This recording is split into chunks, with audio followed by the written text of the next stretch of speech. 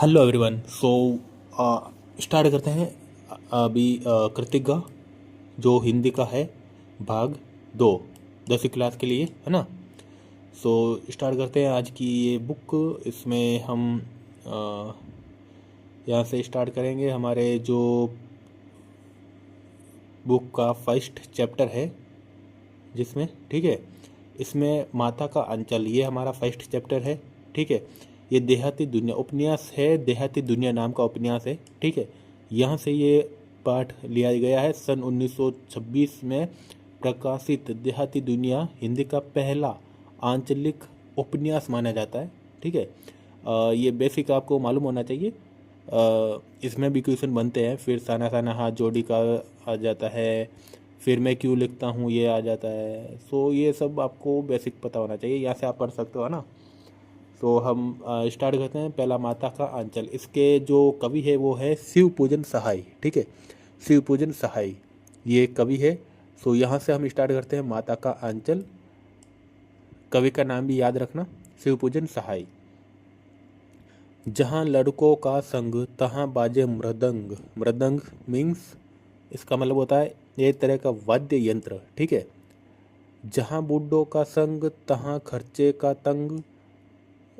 हमारे पिता तड़के उठकर, तड़के मतलब सुबह सुबह, है ना, प्रभात या सवेरा, है ना। तो तड़के उठकर उठकर निबट नहाकर पूजा करने बैठ जाते थे हम। बचपन से ही उनके अंग लग गए थे। माता से केवल दूध पीने तक का नाता था, लेकिन इसीलिए पिता के साथ ही हम भी बाहर की बैठक में ही सोया करते थे। वह अपने साथ ही हमें भी उठाते और साथ ही नहला धुलाकर पूजा पर बैठा लेते। हम भभूत का तिलक लगा देने के लिए उनको दिख करने लगते थे, यानी कि उनको बोलने लगते, यानी उनको कहते।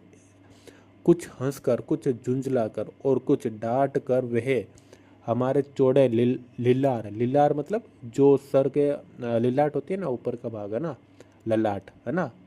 तो ललाट बोलते हैं लिलार को।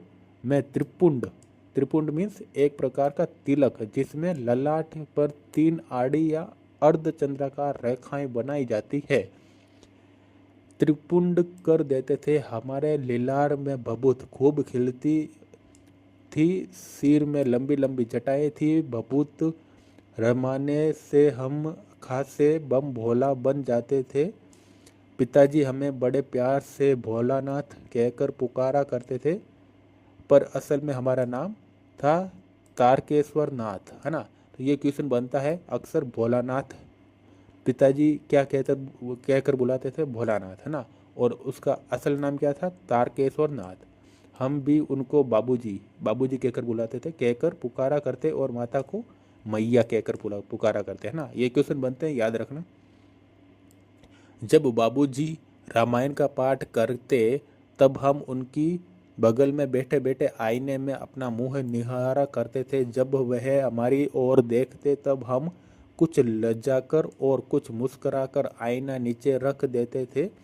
वह भी मुस्कुरा पड़ते थे, है ना। तो ये पाठ मैं क्यों पढ़ा रहा हूँ, क्योंकि आप लोगों को वीडियो देखने से और सुनने से ये पाठ याद हो जाएगा। एक बार अगर आपने ये पूरा वीडियो देख लिया तो पूरा पाठ आपको याद हो जाएगा। फिर आप इनमें से कोई भी क्वेश्चन नहीं भूलेंगे। आप खुद पढ़ोगे तो आपको वैसा याद नहीं होगा जैसा आप सुनकर याद करोगे, है ना। खुद पढ़ने से इतना याद नहीं होता है जितना सुनने से याद होता है। तो मेरा रिक्वेस्ट है, आप एक बार जरूर ये वीडियो पूरा देखना, पूरा सुनना, है ना। देखना, वीडियो देखना और सुनना भी, ताकि आपको पूरा एक बार में याद हो जाए, दोबारा पढ़ने की ज़रूरत ना पड़े ये हिंदी किताब। ठीक है, आगे बढ़ते हैं। पूजा पाठ कर चुकने के बाद वह राम राम लिखने लगते अपनी एक रामनामा बही में, है ना। रामनामा बही होती है जिसमें राम नाम लिखा जाता है, पर हजार अ, रामनामा बही पर हजार राम नाम लिखकर वह उसे पाठ करने की पोथी, यानी कि जो लाल कलर का कपड़ा होता है, पोथी के साथ बांध कर रख देते।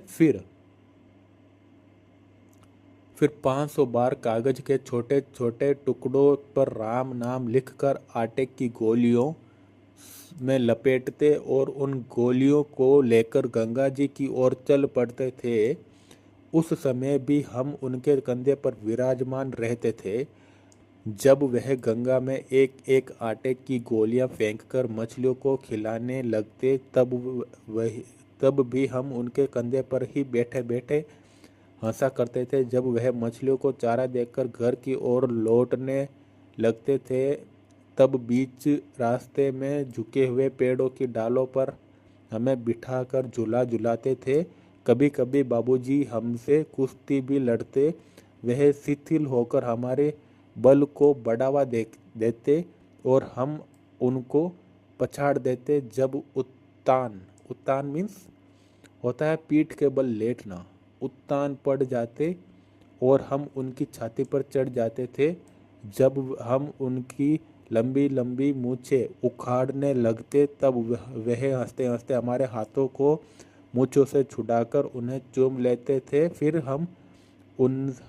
फिर जब हमसे खट्टा और मीठा चुम्मा मांगते, तब हम बारी बारी कर अपना बायां और दाहिना गाल उनके मुंह की ओर फेर देते थे।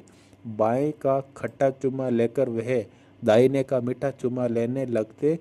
तब अपनी दाढ़ी या मूछ हमारे कोमल गालों पर गड़ा देते थे। हम झुंझला कर फिर उनकी मूछें नोचने लग जाते थे। इस पर वह बनावटी रोना रोने लगते और हम खड़े खड़े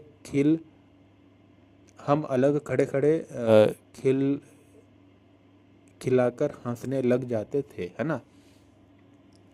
उनके साथ हंसते हंसते जब हम घर आते, तब उनके साथ ही हम भी चौके पर खाने बैठते।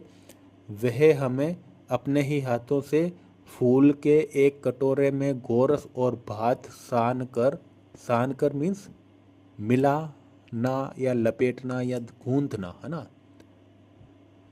सान कर खिलाते थे।